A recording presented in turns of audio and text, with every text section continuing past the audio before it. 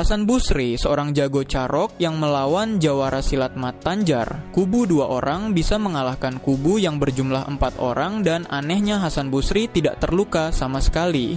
Sebelum Hasan Busri yang terkenal menjadi jago carok, ternyata ada seorang jago carok yang selalu menang dan berkali-kali ketika melakukan carok, dia sama sekali tidak terluka sedikit pun dan selalu menang. Sang jago carok ini sebut saja namanya Sugali, bukan nama sebenarnya. Dia adalah tokoh jawara terkemuka yang disegani dan berhasil menghabisi lawan-lawannya pada saat carok massal, memperebutkan tanah Percaton pada tahun 2006 silam, yang mengakibatkan 5 orang dari kubu lawannya gugur dan 2 orang dari kubunya juga gugur.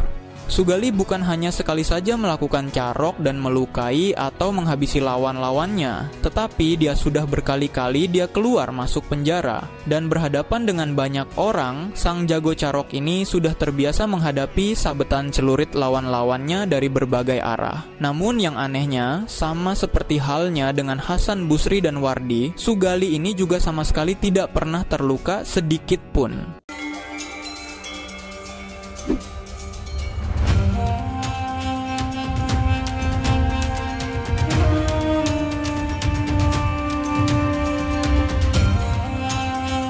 Sugali adalah seorang yang pendiam dan kalem dan tidak banyak bicara, jauh dari kata seorang pendekar yang angkuh atau sombong. Namun jangan salah, biasanya mereka para jagoan itu bersikap tenang dan pendiam, atau air tenang menghanyutkan. Sugali adalah seorang pria yang bertubuh tidak terlalu tinggi, hanya sekitar 165 cm saja. Badannya kekar sekal, kumisnya tumbuh lebat walau bukan kumis baplang, kulitnya langsat, suaranya kecil dan berat. Saat berbicara, Sugali selalu menundukkan wajah saat berbicara. Ia seperti segan memandang orang lain, pandangannya selalu diarahkan ke bawah. Sugali juga orang yang polos dan baik hatinya.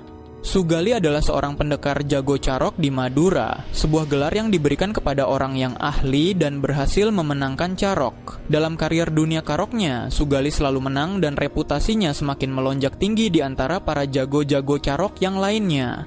Dalam kasus carok massal, Sugali adalah pengikut dari kubu Baidlawi, dan karena itu, dia harus merasakan kedinginan penjara selama 5 tahun 5 bulan. Dari sekian banyak carok yang dia jalani, Sugali tidak pernah lupa carok pertamanya. Itu terjadi pada tahun 1998, ketika itu dia masih muda. Sugali sedang pergi bersama teman-temannya untuk menonton film. Di tengah perjalanan, dia berhadapan dengan beberapa pemuda dari desa lain yang mana kedua desa itu saling bermusuhan. Seperti musuh bebuyutan, sering terjadi pertikaian di antara kedua desa itu, dan kadang-kadang berakhir dengan carok. Itulah yang terjadi pada malam itu. Sugali dan 3 orang temannya akhirnya berselisih paham dan terlibat carok dengan 3 orang dari desa lain, yang berakhir dengan 2 nyawa lawannya terbang lepas dari raga. Dan Sugali turut berperan aktif dalam menghabisi salah seorang dari lawannya tersebut. Dia waktu itu masih berumur sekitar 17 tahun ketika dia pertama kali menghabisi orang dengan celuritnya. Sugali menceritakan, "Saat itu saya merasa ketakutan, tapi bukan karena saya takut telah menghabisi nyawa lawan atau takut dibalas oleh keluarga musuh. Saya hanya takut masuk penjara saja." Ucapnya dengan nada datar. Ketakutan Sugali ini ternyata terbukti. Ia kemudian masuk penjara. Dia dinyatakan bersalah dan mendapat vonis kurungan selama 8 tahun. Setelah keluar penjara, Sugali kemudian menjelajah ke berbagai tempat dan melakukan berbagai pekerjaan serabutan, termasuk merampok yang membuatnya harus masuk penjara lagi. Penjara yang kedua berlangsung selama 4 tahun. Sugali adalah jawara jago carok yang sering menghadapi serbuan dari berbagai macam senjata tajam. Tetapi anehnya dia tidak pernah terluka sedikit pun. Ia tidak memiliki luka sama sekali. Dalam pertempuran carok, ada istilah tampeng sereng. Pelaku carok biasanya dibekali dengan tampeng sereng atau sebuah benda sakti atau jimat yang digunakan untuk membuat tubuh kita menjadi kebal dan tidak terluka oleh benda tajam.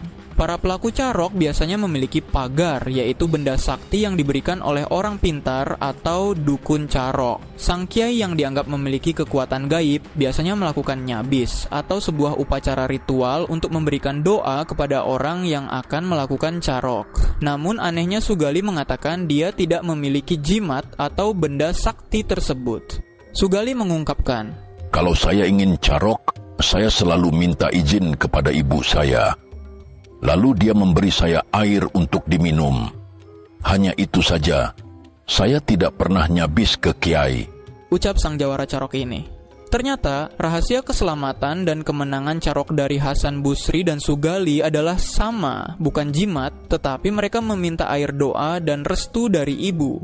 Ternyata doa mulia tulus ikhlas dari seorang ibu bisa membuat anaknya selamat dari mara bahaya. Sugali sadar bahwa dia memiliki banyak musuh, terutama dari keluarga korban yang sudah dia habisi nyawanya. Setiap saat nyawa Sugali dalam bahaya, oleh karena itu dia tidak pernah lepas dari celuritnya. Kemana-mana dia selalu membawa celurit, bahkan pada saat ke kamar mandi. Dia selalu membawa celurit kesayangannya yang sangat menakutkan itu, yang tajam dan panjangnya sekitar 60 cm, dengan ujung yang bengkok dan berkilau tajam.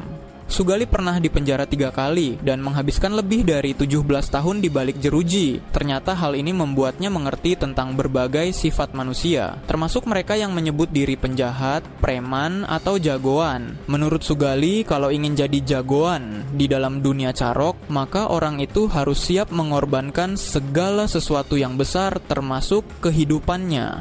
Kalau mau menjadi jagoan, bukan hanya soal menjadi jagoan saja, tapi juga harus siap mati. Berikut adalah kisah pertempuran Sugali di Carok Masal memperebutkan tanah Percaton.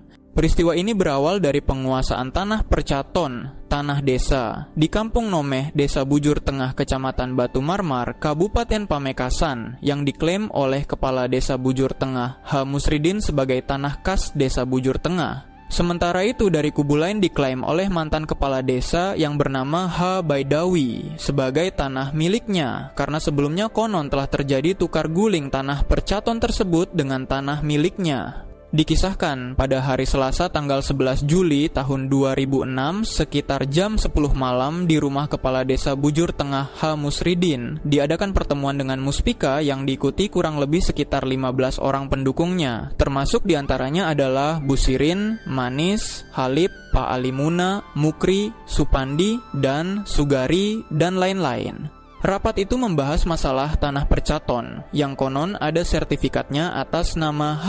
Baidawi. Maka H. Musridin selaku kepala desa merasa penasaran ingin melihat sertifikat tanah Percaton tersebut, dan rencananya besok akan ditanyakan langsung kepada H. Baidawi. Dalam pertemuan tersebut, Camat Batu Marmar memberitahukan bahwa mantan kepala desa H. Baidawi akan mengerjakan tanah Percaton itu besok. Kemudian atas informasi dari camat tersebut, maka kepala desa H. Musridin tidak setuju jika tanah Percaton itu kembali dikuasai oleh H. Baidawi. Ia bertekad akan tetap mempertahankan tanah kas desa tersebut walau apapun yang terjadi.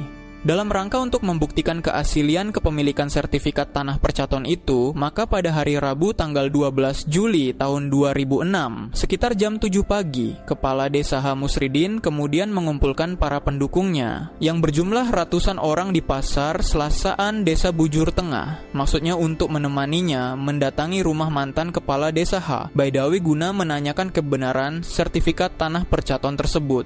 Namun sebelum Kepala Desa H. Musridin dan para pendukungnya ini berangkat ke rumah H. Baidawi, Kepala Desa H. Musridin mendapat informasi telepon yang mengatakan bahwa tanah Percaton sudah digarap oleh orang-orangnya mantan Kepala Desa H. Baidawi. Tidak ingin membuang waktu, kemudian Kepala Desa H. Musridin bersama ratusan orang para pendukungnya dengan membawa celurit semuanya segera berangkat menuju ke rumah mantan Kepala Desa H. Baidawi dengan berjalan kaki.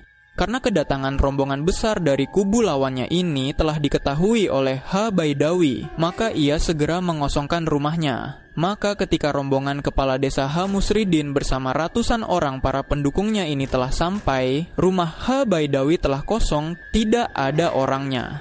Kemudian kepala desa H. Musridin memerintahkan rombongannya untuk segera pulang kembali, dan baru saja kurang lebih 100 meter, rombongan mereka kembali ke arah selatan. Kepala desa H. Musridin dan para pendukungnya telah dihadang oleh orang-orang para pendukung mantan kepala desa H. Baidawi. Dengan sama-sama mereka juga membawa celurit semuanya.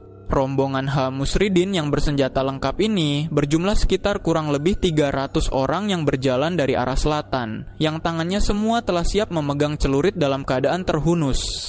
Sementara itu pendukung mantan kepala desa H. Baidawi lebih banyak lagi, yakni kurang lebih sekitar 450 orang dengan sama-sama membawa senjata tajam berupa celurit dan golok.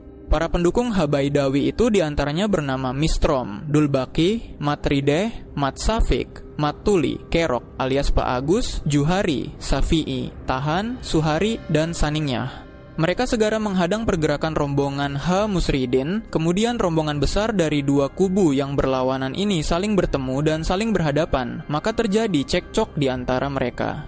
Perdebatan terjadi antara kepala desa H. Musridin dengan kubu H. Baidawi yang bernama Mat Dideh. Lalu H. Musridin mengatakan, "Kalau tanah percaton ada surat-suratnya, silahkan digarap, kerjakan saja, saya mau damai."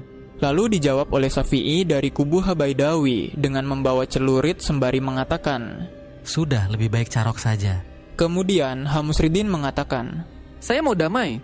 Kemudian ada lemparan mercon. Terjadi 2 kali, suara letupan mercon itu begitu keras menggema. Lalu terjadilah pertempuran. Dua kubu saling melakukan carok massal dari pihak H. Baidawi, yaitu Mat Rideh, Dulbaki, Mat Safik, Mat Bahri, Muali, Sahari, Taufik, Mistrom, Safi'i, Pak Agus, Saniyah, dan Multi segera menyerbu dengan menggunakan celurit ke arah kepala desa H. Musridin.